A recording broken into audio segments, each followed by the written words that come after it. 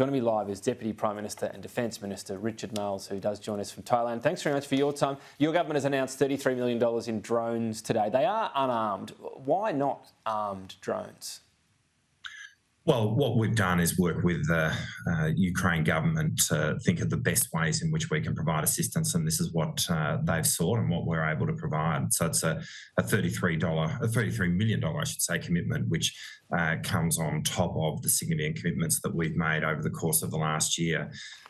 It's more than $500 million now in military assistance that we've provided Ukraine over the course of the last 12 months, which makes us one of the largest non-NATO contributors to the effort. But it's important that occurs, and I think you summed it up pretty well, Tom, in your introduction. This time last year, our hearts were all on our mouths about what we were about to face. I think the thought was that Kyiv might fall within a matter of days.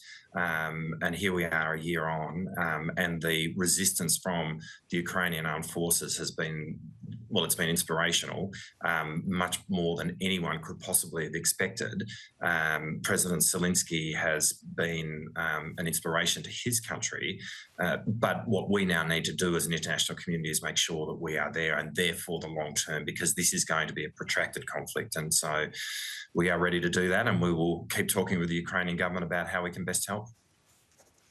So as Russia gears up, and Vladimir Putin in his own take on 1 year in has been very clear he's also not for turning, what would your message be to any Ukrainians who fear that inevitably, the longer this goes on, it slips down the totem pole of priorities for Australia and other governments?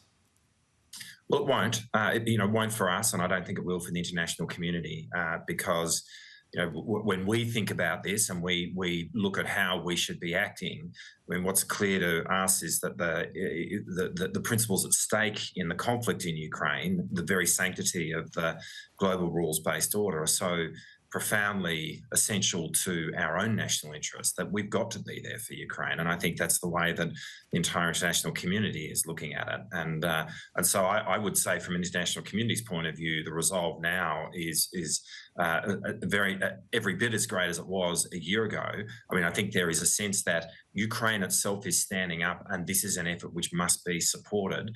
And really, I had the enormous privilege to meet new recruits to the Ukrainian Armed Forces a few weeks ago as they were training in England via our trainers as part of that UK-led mission. And the point I made to those men and women was, they're there for their families, they're there for their country. In so many ways, I think they're there for us too, because what they're defending, which is the global rules-based order, is so important. It's important in Eastern Europe, and it's important for us in the Indo-Pacific. And I think the world sees its importance. So I think the world will be there for Ukraine for as long as it takes. You mentioned the reaction of the rest of the world. Not every country has been behind the cause, if you like, of Ukraine. There's now widespread concern that China is weighing up actually providing weapons to Russia. If that happens, would Australia place sanctions on China? Well, I don't want to speculate about that. I just would make the point that obviously what we are seeing with the Russian invasion of Ukraine is a complete flouting of the UN Charter of the rules-based order, and it's for every country to condemn that and to stand up to that. Obviously, it would be a very retrograde step if we saw China providing that supply, and so we very much hope that does not occur. And we'd be urging China to stand with the rest of the world in condemning Russia for the steps that they've taken. The global community must stand behind Ukraine, and the global community must condemn Russia, and China needs to be a part of that. There have been widespread sanctions, though, by the Australian government and others for anyone assisting Russia. So wouldn't China fall into the same basket? Well, again, I think right now, with those reports out there, the important point is that we encourage China not to walk down that path, and that we encourage China to join the rest of the world in condemning Russia's actions. I don't think it's about speculating what happens if someone does walk down that path. I think it's right now about encouraging China not to go there. Often the best way, though, is by disincentives. Is it fair to say there'd be some sort of consequence from those countries behind Ukraine if that did happen? Well, again, I mean, all of these matters would be matters that would be assessed at the time. But right now, I think that the point is to say it is fundamentally important that the global community stands behind Ukraine. It is fundamentally important that we stand in condemnation of Russia's actions, and supporting Russia in this effort would be a terrible step. And it's really important that no countries walk down that path, including China. You've discussed joint patrols of South China Sea with your Philippines counterpart during this trip you're on right now. Is it fair to say this is a direct response to some of the Chinese aggression in the region, in particular directed at the Philippines recently?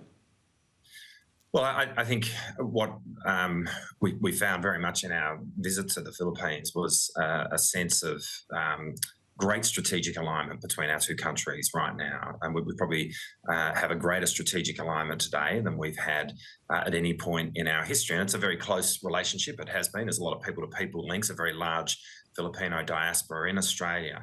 And so there's actually, I think, a great affection between our countries, but there is now really significant strategic alignment. And what it reflects is that, and the fact that we want to grow our bilateral relationship, but we want to grow our defence-to-defence relationship. I had, again, the privilege of seeing Australian trainers in Mindanao yesterday, in Cotabato, doing training of Filipino armed forces there in the context of the issues that they faced in the southern Philippines.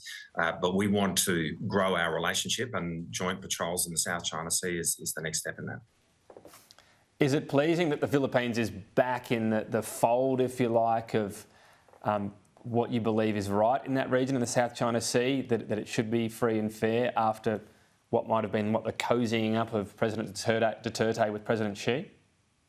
Well, I think the Philippines understands their national interest just as we understand ours, and that is that their national interest lies in a rules-based order, and that means that the rules of the road, as they apply in bodies of water around the world, including the South China Sea, freedom of navigation, freedom of overflight, are profoundly important for them, as of course it is for us, because most of our trade. But that wasn't quite the view expressed always by President Duterte, was it?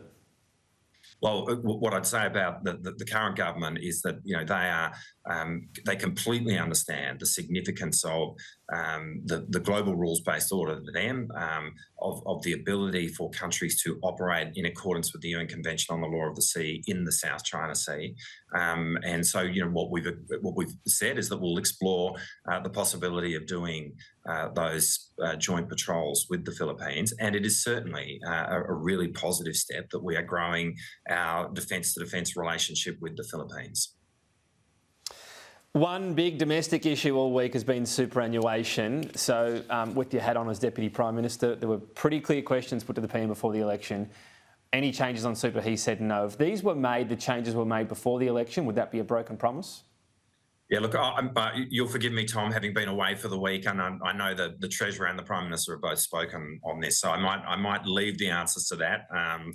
I've found when you're not in the daily cycle, that can be a recipe for disaster for someone like me to start answering those questions. So I'll leave it to Jim and Anthony to answer those questions for you. You must have been briefed and read the reports. I mean, you must be across this. It's a cabinet discussion. Of course, but I think it's a good policy when you're out of the country and out of the news cycle.